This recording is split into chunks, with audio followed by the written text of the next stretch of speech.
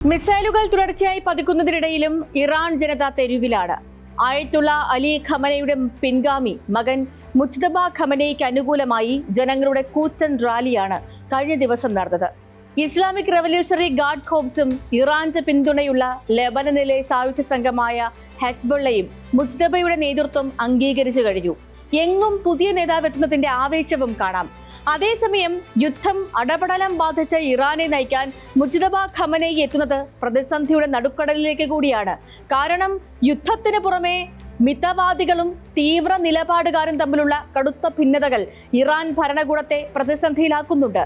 അതിന് പുറമെയാണ് മുജ്തബയുടെ പശ്ചാത്തലവും നിലപാടുകളും സംബന്ധിച്ചുയരുന്ന ആശങ്കകൾ. അനധികൃത സ്വത്ത് സമ്പാദനം ഉൾപ്പെടെ കേസുകളിൽ US ട്രഷറി ഡിപ്പാർട്ട്മെന്റിന്റെ ഉപരോധം നേരിട്ടയാളാണ് മുജ്തബ എന്ന റിപ്പോർട്ടുകളും ഖമനയുടെ ഖ്യാതി നിലനിർത്താനാകുമോ എന്ന സംശയങ്ങളും മുജ്തബ ഖമനയി സ്ഥാനമേൽക്കുമ്പോൾ ചർച്ചയാകുന്നുണ്ട്. ഈ പശ്ചാത്തലത്തിൽ സ്പോട്ട്ലൈറ്റ് അന്വേഷിക്കുന്നു മുജ്തബയുടെ ഇറാനിൽ എന്തു സംഭവിക്കുമെന്ന്.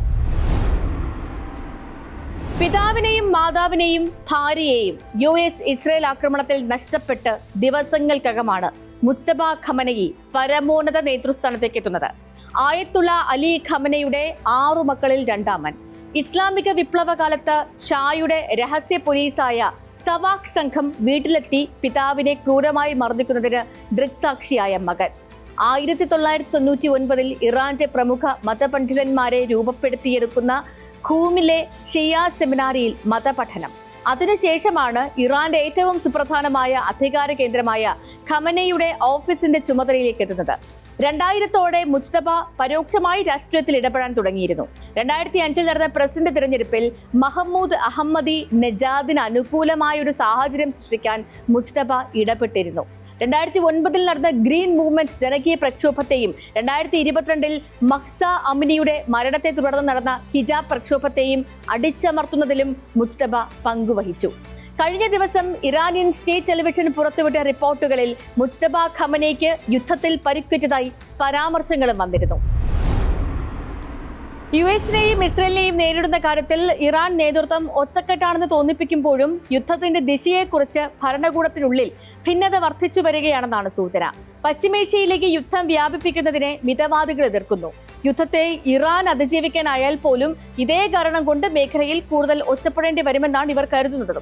കഴിഞ്ഞ ദിവസം പ്രസിഡന്റ് പെസഷ്കിയാന്റെയും supreme national security council secretary Ali ലരിജാനിയുടെയും പ്രസ്താവനകളിൽ വൈരുദ്ധ്യമുണ്ടായിരുന്നു.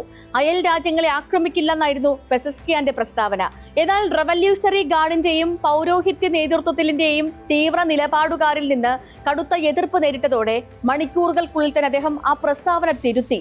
തന്റെ വാക്കുകൾ ശത്രുക്കൾ തെറ്റായി വ്യാഖ്യാനിച്ചതാണെന്നും ഇറാന്റെ പ്രതിരോധ നയത്തിൽ മാറ്റമില്ല എന്നും അദ്ദേഹം പിന്നീട് വിശദീകരിച്ചു. മതിയായ മതപരമായ യോഗ്യതകളോ രാഷ്ട്രീയ അനുഭവ പരിചയമോ ഇല്ലാത്ത മുജ്തബയെ നിയമിച്ചത് 1979 ഇസ്ലാമിക് വിപ്ലവത്തിന്റെ ആദർശങ്ങൾക്ക് വിരുദ്ധമാണെന്നാണ് മിതവാദി നേതാക്കൾ വാദിക്കുന്നത്. മാത്രവുമല്ല, രാജ്യത്തിന്റെ പരമോന്നതമായ അധികാരസ്ഥാനം അലി ഖമനയുടെ മകനിലേക്ക് കൈമാറുന്ന രീതിയെയും ഇവർ എതിർക്കുന്നുണ്ട്. ഇത് അടിസ്ഥാനപരമായ ആശയങ്ങൾക്ക് വിരുദ്ധമാണെന്നും പാരമ്പര്യ വാഴ്ചയിലേക്ക് രാജ്യത്തെ കൊണ്ടെത്തിക്കുമെന്നും ഇവർ വാദിക്കുന്നുണ്ട്. മകൻ പരമോന്നത നേതാവാകുന്നതിനോട് ഖമനയ്ക്ക് എതിർപ്പാണെന്ന് പണ്ഡിത സേനയിലെ ഒരംഗം 2 വർഷം മുൻപ് പറഞ്ഞിരുന്നു. എന്നാൽ IRGCയുടെ ശക്തമായ പിന്തുണയുള്ളതുകൊണ്ട് തന്നെ മുജ്തബയുടെ സ്ഥാനം തൽക്കാലം സുരക്ഷിതവുമാണ്. IRGCക്ക് സ്വാധീനമുള്ള ഒരാൾ പരമോന്നത നേതാവായി വരുന്നത് ഇറാനിലെ നയപരമായ കാര്യങ്ങളിൽ ഉൾപ്പെടെ അവരുടെ സ്വാധീനം വർദ്ധിക്കാൻ ഇടയാക്കും. നിലവിൽ സിവിലിയൻ നേതൃത്വത്തെക്കാൾ നിർണായകമായ ശബ്ദമായി IRGC മാറിക്കഴിഞ്ഞിട്ടുമുണ്ട് ഇറാനിൽ. ഖമനയുടെ പിൻഗാമി ആരായാലും അവരുടെ നേതൃത്വം അംഗീകരിക്കില്ല എന്ന് US പ്രസിഡന്റ് ഡൊണാൾഡ് ട്രംപ് ആവർത്തിച്ച് വ്യക്തമാക്കിയിട്ടുണ്ട്. ഇസ്രയേലിനെ നശിപ്പിക്കാൻ ശ്രമിക്കുന്ന ഏത് ഇറാൻ നേതാവും തങ്ങളുടെ ലക്ഷ്യമായിരിക്കുമെന്ന് ഇസ്രയേൽ പ്രതിരോധ മന്ത്രി ഇസ്രായേൽ കാറ്റ്സും വ്യക്തമാക്കി. എന്നാൽ ഇറാന് പൂർണ്ണ പിന്തുണ പ്രഖ്യാപിച്ചിരിക്കുകയാണ് ചൈനയും റഷ്യയും. ഇറാന്റെ ആഭ്യന്തര കാര്യങ്ങളിൽ പുറത്തുനിന്നുള്ള ഇടപെടൽ അനുവദിക്കില്ല എന്നും പുതിയ നേതാവിനെതിരായ ഏതു നീക്കവും കടുത്ത പ്രത്യാഘാതങ്ങൾ സൃഷ്ടിക്കുമെന്നും ചൈനീസ് വിദേശകാര്യ മന്ത്രാലയം മുന്നറിയിപ്പ് നൽകിയിട്ടുണ്ട്. മുജ്തബയ്ക്ക് പിതാവ് ഖമനയുടെ നേതൃപാടവം ഉണ്ടാകുമോ എന്ന് സംശയിക്കുന്നവരുണ്ട്. ഇറാൻ വിപ്ലവത്തിൽ സജീവമായി പങ്കെടുക്കുകയും തുടർന്ന് വിപ്ലവാനന്തരം 1981 മുതൽ 89 വരെ രാജ്യത്തിന്റെ പ്രസിഡന്റ് പദവി അലങ്കരിക്കുകയും ചെയ്ത ശേഷമാണ് ഖമനയി ഇറാന്റെ പരമോന്നത നേതാവ് എന്ന പദത്തിലേക്ക് എത്തിയത്. മുജ്തബയെ സംബന്ധിച്ച് ഇത്തരം പോരാട്ടത്തിന്റെ ഒരു ചരിത്രവുമില്ല. 2009 വരെയും രാഷ്ട്രീയത്തിൽ അദ്ദേഹം ഇടപെട്ടിരുന്നുമില്ല. ആ വർഷം നടന്ന സർക്കാർ വിരുദ്ധ പ്രക്ഷോഭ കാലത്താണ് മുജ്തബയെ കുറിച്ച് പുറം ലോകം അറിയുന്നത് പോലും. മുജ്തബ ഖമനയിക്ക് കോടികളുടെ ആസ്തി ഉണ്ടെന്നാണ് അന്താരാഷ്ട്ര മാധ്യമ ശൃംഖലയായ ബ്ലൂംബർഗിന്റെ റിപ്പോർട്ട്. സ്വിസ് ബാങ്കുകളിൽ നിക്ഷേപമുണ്ട്. ബ്രിട്ടനിൽ 1271 കോടി രൂപയിലേറെ വില വരുന്ന ആഡംബര വസതിയുണ്ട്. യൂറോപ്പിലും ഗൾഫിലും വടക്കേ അമേരിക്കയിലും ഒക്കെ സ്വത്തുക്കളുണ്ട്. ഇവ സ്വന്തമാണെന്നും റിപ്പോർട്ടുകൾ പറയുന്നു. ആഗോള സാമ്പത്തിക ശൃംഖലയിൽ ശക്തമായ സാന്നിധ്യമുണ്ടെന്ന് കരുതപ്പെടുന്ന മുജ്തബ ഖമനയുടെ യഥാർത്ഥ ആസ്തി അജ്ഞാതമാണ്. അനധികൃത സ്വത്ത് സമ്പാദനം ഉൾപ്പെടെയുള്ള കാര്യങ്ങൾ നിരത്തി 2019 US ട്രഷറി ഡിപ്പാർട്ട്മെന്റ് അദ്ദേഹത്തിനെതിരെ ഉപരോധവും ഏർപ്പെടുത്തിയിരുന്നു.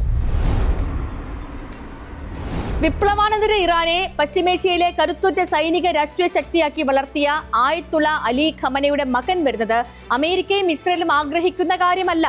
മുജ്തബയെ എതിർക്കുമെന്ന് തന്നെയാണ് അമേരിക്കയും ഇസ്രയേലും ആവർത്തിക്കുന്നതും. റഷ്യയും ചൈനയും ഇറാനിലെ പുതിയ ഭരണ നേതൃത്വത്തെ സ്വാഗതം ചെയ്തത് വരും ദിവസങ്ങളിൽ വൻ ശക്തി രാഷ്ട്രങ്ങൾക്കിടയിൽ ചേരിപ്പോര് രൂക്ഷമാക്കുമെന്നൊരു സൂചന കൂടി നൽകുന്നുണ്ട്. അതേസമയം ആഗോളതലത്തിലുള്ള സാമ്പത്തിക രാഷ്ട്രീയ സ്വാധീനങ്ങൾ മുജ്തബ ഖമനയി എങ്ങനെ ഉപയോഗിക്കും എന്നൊരു ആകാംക്ഷയിലാണ് ലോകം. ഇതോടെ ഇന്നത്തെ സ്പോട്ട്ലൈറ്റ് സമാപിക്കുന്ന നാളെ മറ്റൊരു വിഷയമായി വീണ്ടും കാണാം. നമസ്കാരം.